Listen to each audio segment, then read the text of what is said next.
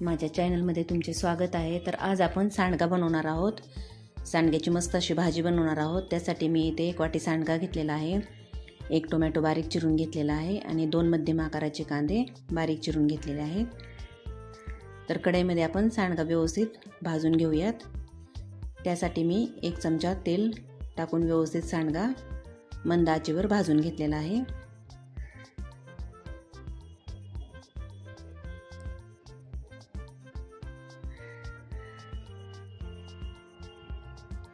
आपला सांडगा व्यवस्थित भाजून झालेला आहे।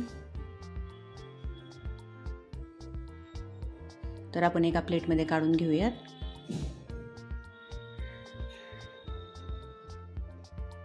त्याच कढईमध्ये मी फोडणीसाठी तेल घेतलेले आहे। त्यामध्ये जिरे आणि मोहरीची फोडणी टाकूया आणि नंतर बारीक चिरून घेतलेला कांदा आपल्याला व्यवस्थित परतून घ्यायचा आहे।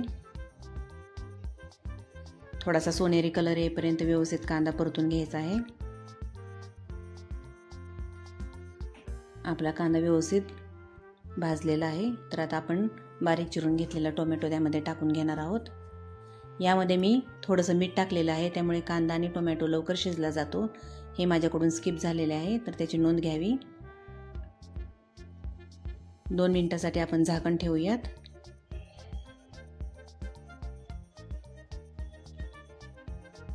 तर व्यवस्थित मिक्स करून घेऊयात।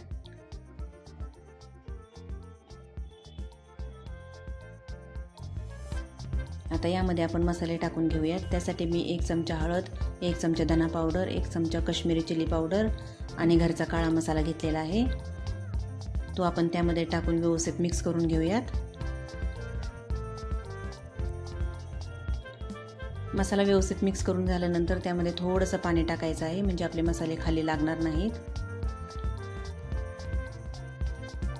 आणि 2 ते 3 मिनिटांसाठी त्याच्यावरती झाकण ठेवूयात, म्हणजे व्यवस्थित शिजले जातात। आता मसाले, कांदा, टोमॅटो आपण व्यवस्थित एकजीव करून घेऊयात।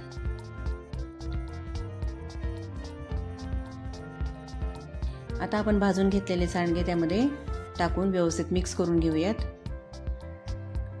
मी इथे अर्धा ग्लास पाणी ओतून घेतलेले आहे सांडगा शिजण्यासाठी आणि चवीनुसार मीठ।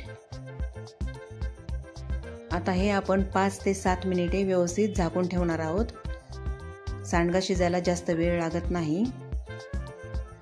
ही भाजी खूप छान होते, चवीलाही खूप छान लागते। तुम्ही नक्कीच करून बघा। तर हा व्हिडिओ तुम्हाला कसा वाटला हे कमेंटमध्ये नक्कीच सांगा आणि माझ्या चॅनलला सबस्क्राईब करायला विसरू नका। धन्यवाद।